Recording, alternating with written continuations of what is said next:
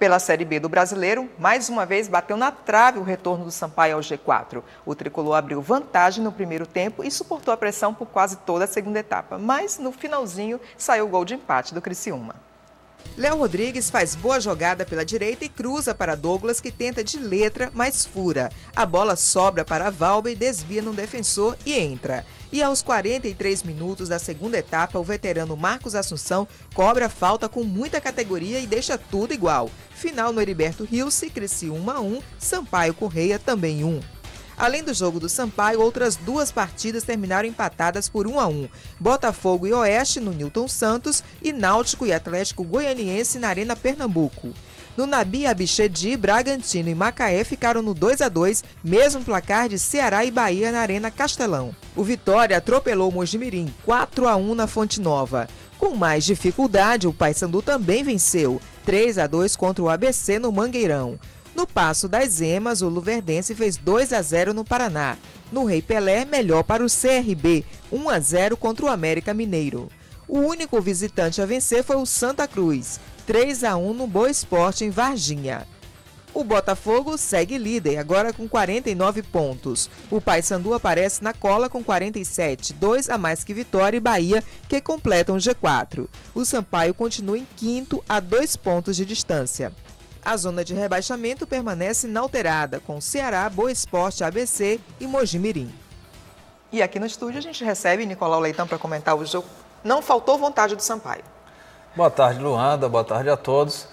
Pois é, o Sampaio segurou por muito tempo uma pressão muito forte no segundo tempo. Já de cara, a Luanda chamou a atenção as entradas do Léo Rodrigues e do Douglas como titulares nos lugares do Nadson e do Jamie. E daí chama a atenção, a gente já vem conversando desde o último comentário, que as pernas começam a pesar.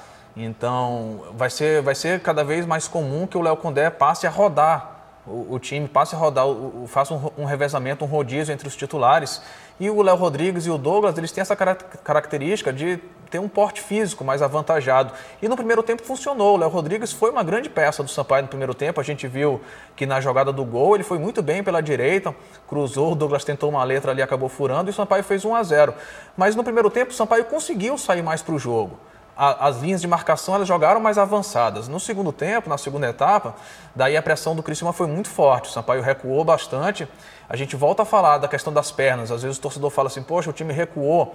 E o Léo Condé, desde o jogo contra o Ceará, ele fala, a gente não queria recuar. A gente queria continuar propondo o jogo, mas às vezes as circunstâncias nos levam a isso. Os próprios jogadores não conseguem cumprir a determinação técnica, a determinação tática.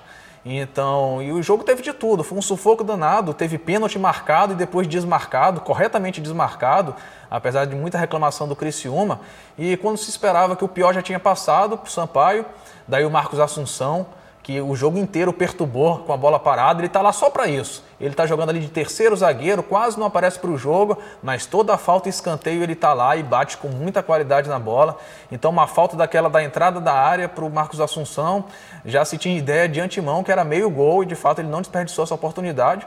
O Sampaio empatou o jogo, a torcida se lamenta pelo fato de ter saído no finalzinho, mas a verdade é que a pressão do Criciúma foi muito forte na segunda etapa, então se a gente puder falar em justiça, o resultado foi justo. E o próximo confronto com o Bahia, o que se espera? Aí confronto direto contra o Bahia na Fonte Nova, mais um jogo fora de casa, em Salvador.